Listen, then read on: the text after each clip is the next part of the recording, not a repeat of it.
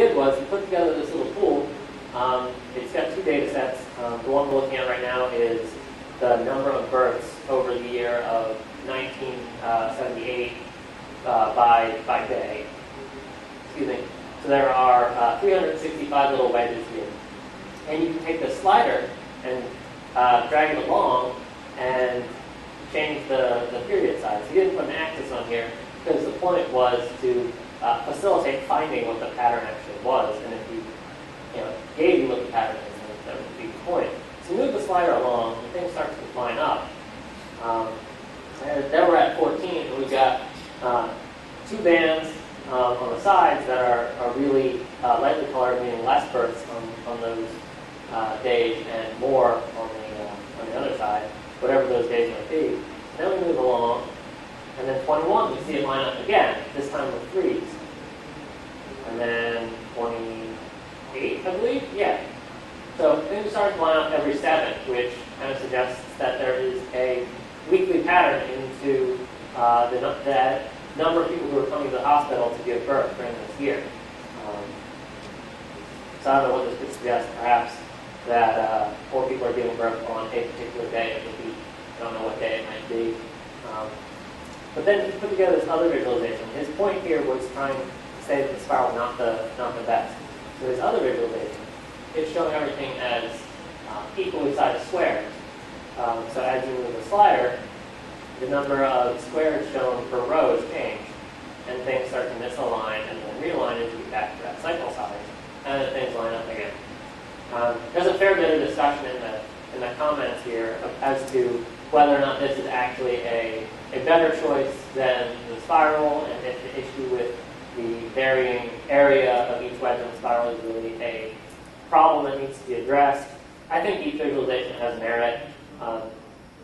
Really, again, this comes down to your discretion. If you're building out a visualization tool and you're looking for trends in data, I think the lesson to take away from this would be try it out in both visualizations and see if one makes the point you're trying to make clearer than the other. So that's each of spirals. That's cyclical data. So time is a fleeting thing. So we're often interested in how much time is left before a certain thing rather than how much time has passed. And as I said before, the physical calendar is a great visualization tool. But we live in the modern day and we have electronic calendars now. So there are different things that we can do with them to facilitate actually understanding the information. So we've got a screenshot of Google Calendar. Any other calendar software does this too. We've got it broken down into the week, so 7 days, and we have our selected day here with the current time marked out as a red tick. And that's going to move down throughout the day, and you can see how much time we have left to our next event. It's a nice use of the calendar metaphor and a nice expansion on it to make it interactive. And then at the bottom here, this is something I noticed in Mint recently. It's a new feature. Mint allows you to track your finances. They hook into your banking accounts and your credit card accounts and tell you the distribution of your money. And they've got a lot of cool visualizations in there. But this is one of the relatively new ones. It's when your bills are due. So they've got the current day selected and a timeline along the bottom. And the cool thing they do with their timeline is they grade out the weekends. So you can really easily see that kind of weekly pattern there, even though they're displayed along the timeline. And then you have each of the bills that you have due shown as a bar, and then the bar type would represent how much it is you actually owe on that bill. So sometimes time is a variable we want to compare to itself. Here we have a chart showing the number of accidents by time of day and date.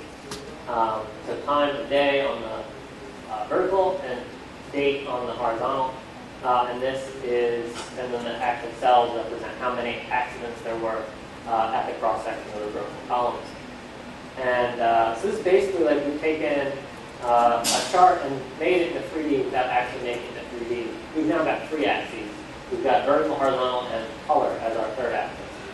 And so we colored each cell based on the relative number of accidents. The lower ones are either blank if there were no accidents during the time, or green if there were very few, and then red if there were very many accidents. And you can see patterns that you might expect to see. So the 7th and the 13th were weekends, so you don't have a lot of accidents across those days. You see morning and evening rush hour broken out.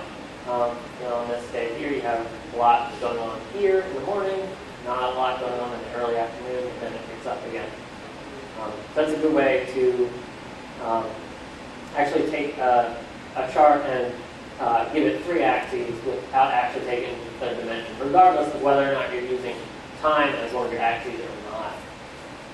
I'm going to talk about this later, but I figure I might as well make the point now. I don't particularly like the use of 3D in data visualizations. I think it kind of obscures the understanding of the data.